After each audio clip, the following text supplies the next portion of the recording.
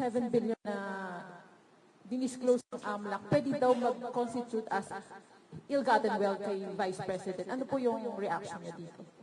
Well, I respect Congresswoman De Lima, former Senator De Lima, and she's entitled to her opinion. No? Sa amin naman, ang plano lang namin is to show why those numbers are actually inaccurate.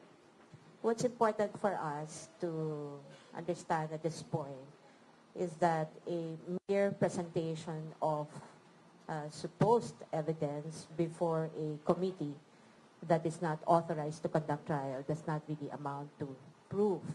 And the reason for that is really simple. It's because every evidence, whether it's something that you present in an ordinary case or in this case in an impeachment proceeding, must still survive scrutiny. And when does that happen? When does scrutiny happen? It happens only in a proper trial before a tribunal or a body that has jurisdiction to conduct trial.